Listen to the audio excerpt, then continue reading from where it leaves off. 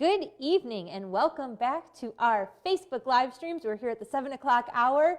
Again, coming to you live all day. We are on hour 9, 11.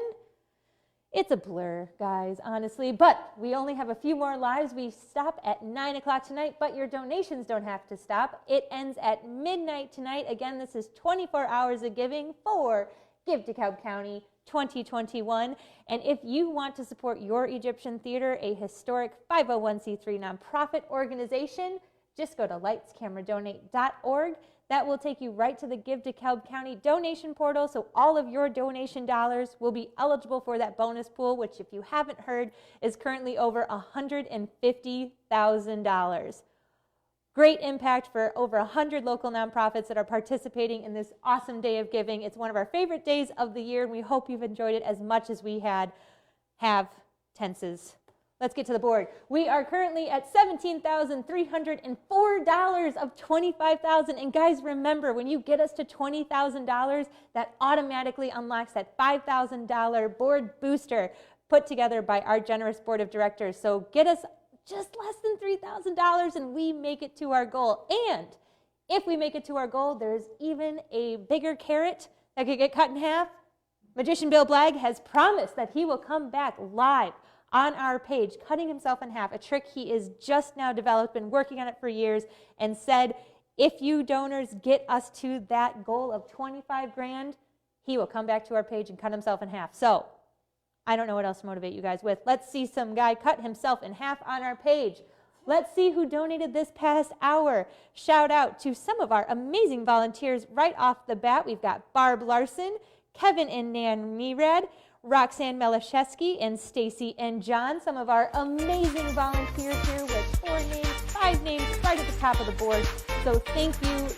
Again, we love seeing your names up here on our donor board and love seeing you here in person, whether you be a ticket taker, usher, sessions. We miss you guys. We can't wait to have you back here in our building. Also, we had Sue McHugh, Roy Hanold, David Olson, Nicole Girardelli, Jeremy. It's very elusive, Jeremy. I like it. Josh Hanold. Thank you, good sir. Paisley and Aiden Robinson, some of our cutest little donors. First Choice Security Team, Brian and Dawn Reynolds. Let's read off some names. We want to make sure we thank everyone on our security team. We have Mitch, Sean and Julie, Scott, Callie, Reagan, Ron and Helen, Sydney, Brianna, Freddie, Lynn and Randy, and we got a doggy donor on the security team, Jolie Meyer-Holes. So thank you, Jolie, another good girl, and Beebs Malashewski. With the comment, beagles also donate to the Egyptian theater. We love a good beagle. Thank you, sir. So let's get to our guest of this hour. We have Kristin Miller, the Senior Director of Strategy and Campaigns at Northern Illinois University Foundation. We've mentioned it in the past hour, but she is a master fundraiser and a lover of the arts. So let's see what her and Alex have to discuss on our stage down in the studio. Send it to Alex. Thanks, Janine. I'm here with our next guest, Kristin Miller from NIU Foundation. Thank you so much for being here today. Thanks for having me. So real quick, if you can kind of introduce yourself to folks on what you do at NIU and kind of your long history with nonprofits and the arts. Yeah, absolutely. I kind of stumbled into a career as a development officer, or as I like to say, a philanthropic partner, working with donors to connect their passions to impact in the community. I've been over at NIU for 4 years, but now I'm the Senior Director of Strategy and Campaigns, but started out in the College of Visual and Performing Arts as the Director of Advancement. So working with the donors to connect their passions in art and design, theater and dance, and the School of Music, which was great fun. So I'll always be a passionate supporter of the arts, not only at NIU, but everywhere, as my career path just has been in museums and theaters. And then, locally worked as a consultant before going over to NIU.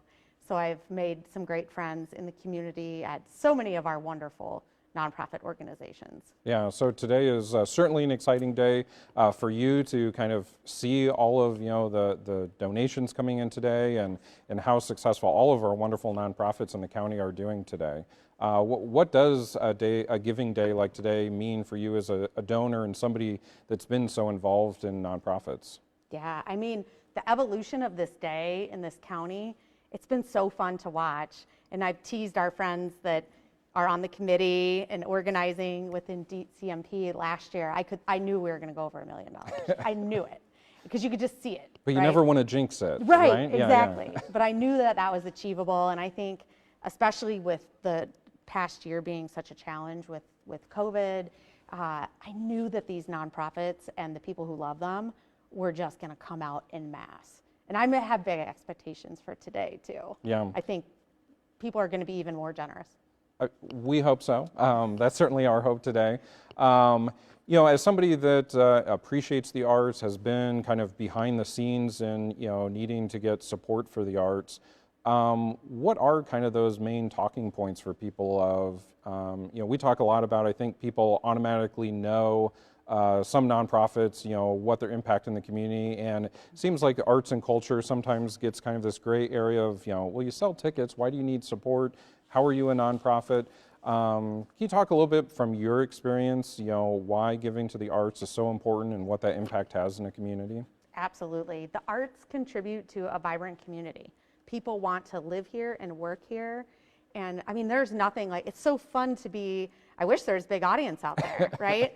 Because there is out that there. tells us, right, that's right, hello everyone, that you know, we're back. And there's nothing like a live audience, right?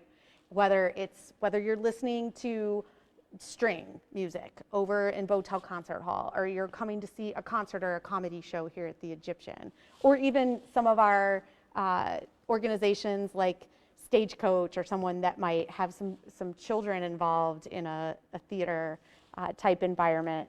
Just everything makes the community better when you can interact with each other. We've really been missing that during COVID. Yeah. You can do some of that, you know, on screen, but it's just not the same. Yeah. So the arts bring people out into the community, and just, you know, it fills my cup to be able to see some live theater or an art exhibition or hear live music, you know, out, even if it was on, I think I would listen to just a student with a guitar on the corner, you know, of Lincoln Highway, and, you know, just because the last year has been, we haven't had the opportunity to do it. So. Yeah. Well, and I think, you know, in a normal year, we talk so much about, you know, what the performance on stage means for the audience. But I think this last year with performers and artists not being able to be on a stage, it's now, you know, even more important, you know, for them to be able to get back on stage and in front of an audience, and not just to, you know, share their craft and talent, but to have that interaction between the artist and the audience. And like you said, a live event, you cannot get, you know, that through Netflix or anything else. Right. Right. You know, live is different, as we know right here. So. Right, absolutely. The arts just enrich our lives in, you know, multifaceted ways. And your question about earned revenue is earned revenue. So 50% of your ticket covers, you know, actor salaries and you know, whatever the budgetary things behind the scenes are, just Right. to open up the building. Lights, insurance, and Right, water, and right. Yeah. But the other part propels the mission of the organization, which is that community aspect. Yeah. And we've been really fortunate, you know, to have Northern Illinois University here in DeKalb, and, you know, the Egyptian has such a great relationship with so many different departments and organizations on campus. You know, from your experience within the College of Visual and Performing Arts, can you talk about kind of what having an institution like the Egyptian Theater in a venue like this, what that means for students, faculty, you know, the other staff throughout the university to have something like this here in town? Yeah. Collaborative partnerships within the community make us all better. Yep. And so the opportunity, I know Dean Castle over in BPA talked about from the beginning of the time that I joined him in making community connections, about the triangulation of having a local community partner in our concentric circle that's in walking distance, Yep. right? And then you can hop over to Botel Concert Hall and see a great performance of, you know, you name it, any one of our fantastic ensembles. And then you can go right down on the other side of campus and see live theater over there as well. Yep. And so when all of us work together, then we've got something really special. Yeah, and I think that's why, or part of the reason why today is so exciting for us, not only as an opportunity to raise much needed funds for the Egyptian Theater, but to see all of those other arts and culture, organizations within our county being able to thrive and be successful today, because we do work together so much, whether it's on campus or other nonprofits throughout the community, that it is amazing that we have so many arts nonprofits. I think, people sometimes don't realize how many dance studios we have, and community orchestra and community theater, and all of these different opportunities. And it's really kind of incumbent on the community to continue to support that so that we have that here. So I guess what would be kind of your pitch to the donor out there today, whether it's the Egyptian Theater, another arts organization, or any of the wonderful nonprofits participating today? What's the pitch from your point of view? Why give today?